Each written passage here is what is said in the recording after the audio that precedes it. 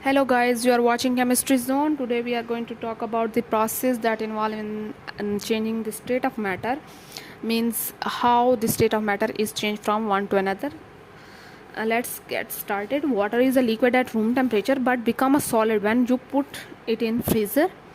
The same water turned into gas, example water vapor, if it is heated up. If you heat the water, it turns into gas. Obviously, it changes its state on changing the temperature.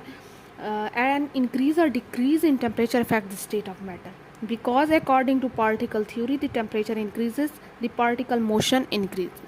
Process involved in changing state of matter are melting, freezing, sublimation, deposition, condensation, and evaporation.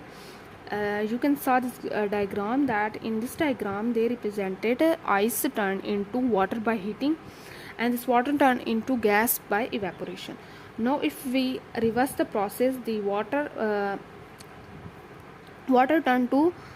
gas turned to water by condensation process, and this water turned to solid by freezing process. Now the first one is melting process. In melting process, a solid is heated.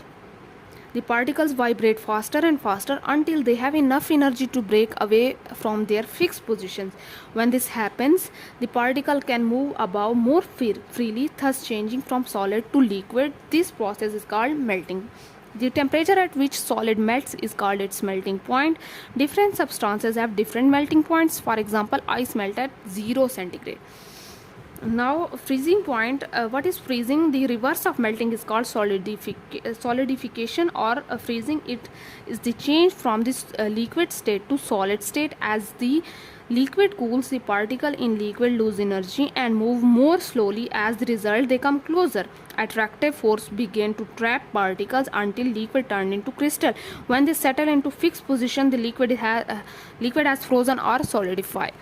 Now we have evaporation. What is evaporation? When a liquid absorbs heat energy, the particles move more rapidly and randomly. Some of these particles gain enough energy to break free from another particles. When this happens, the liquid changes to gas, and change of state from liquid to gas is called evaporation. Now we have condensation process. This is the example and explanation. A condensation process. In condensation, the change from the gaseous state to liquid state is called condensation. As gas cools down, the particles in gas lose energy and move more and more slowly until the gas condenses to liquid. Pour a cold glass of lemonade and place it in the table of 20 minutes on the warm day. When you come back to drink, the outside of glass will be covered with the drop of water. What has happened? A vapor pressure in air cools down.